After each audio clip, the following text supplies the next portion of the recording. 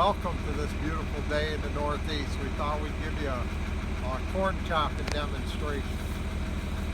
First, I'd like to show you Carol Pan over there. See how the corn is leaning?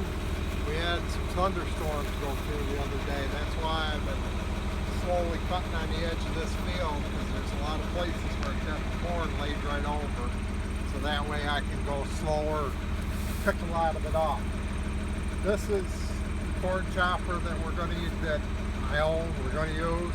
And there you just saw the corn. This is what it comes out looking like after it's chopped. All those, when it's done well, the only thing missing is it's too early yet. This is just green chop. The kernels of corn and the bigger cob will be in it after the ears are formed.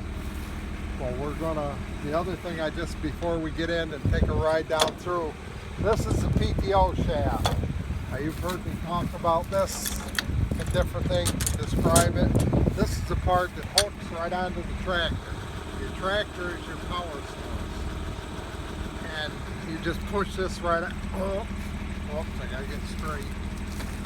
And you put these on and they turn. You'll notice the one up there is a bigger one than this.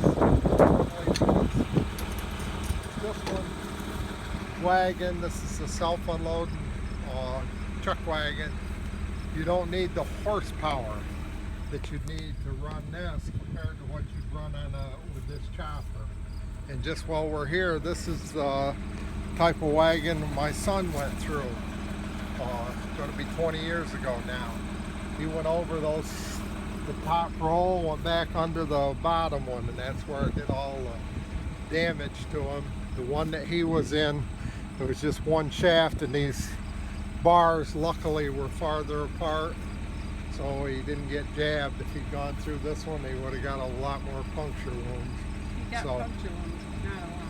So there's always good in everything.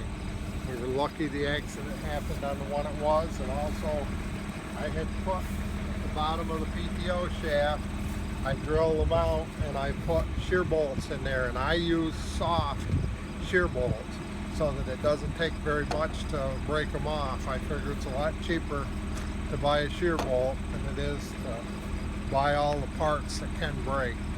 So that was just luck of the draw. That was a soft shear bolt in there, so that broke off and didn't cause him more damage. Having his body go through the beaters, and that pressure on the beaters made the power take off. Bolt off. So that's what I saw. I saw this turning, but I saw that nothing up here was. So I knew that the shear bolt was broke. That's when I found him in the wagon. Well, let's all jump in and we'll fire this baby up and chop a little corn.